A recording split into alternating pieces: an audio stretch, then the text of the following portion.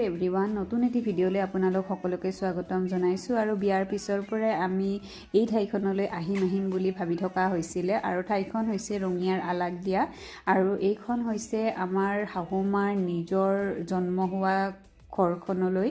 তো আমি আজি আহিলোঁ, ইমান বছৰ হৈ গ'ল আহিবই পৰা নাছিলোঁ আৰু তাৰ কাষতে আছে এয়া কালী মন্দিৰ, বহুত নাম থকা এটা মন্দিৰ হয় আৰু এয়া মন্দিৰ ভাগত অকণমান সেৱা ল'লোঁ। এনে মন্দিৰ ভাগত এতিয়া কোনো পুৰোহিত নাই কাৰণে ক্ল'জ আছিলে, কিন্তু দূৰৰ পৰাই আমি সেৱাভাগ আগবঢ়ালোঁ আৰু এনেকৈ আমি সকলোৱে ধুনীয়াকৈ ইয়াতে চালোঁ আৰু ইফালে মাহঁতেও কৈ আছিলে আগৰ দিনৰ কথাবোৰ, কিছুমান ধেমালি কথা। তাৰপিছত এয়া হৈছে ডাঙৰ মামী আৰু ইয়াতে ডাঙৰ মামী আৰু দুজন দাদা থাকে, মানে তেখেতৰ দুজন ল'ৰা আৰু ককা আইতা বহুত আগতেই ঢুকাইছিলে আৰু ধুনীয়াকৈ এয়া আমি কেইকপিমান ফটো উঠিলোঁ আৰু এনেকৈ অকণমান টাইম কটালোঁ আৰু ইয়াৰ পিছত আমি এয়া ঘৰলৈ আহিলোঁ।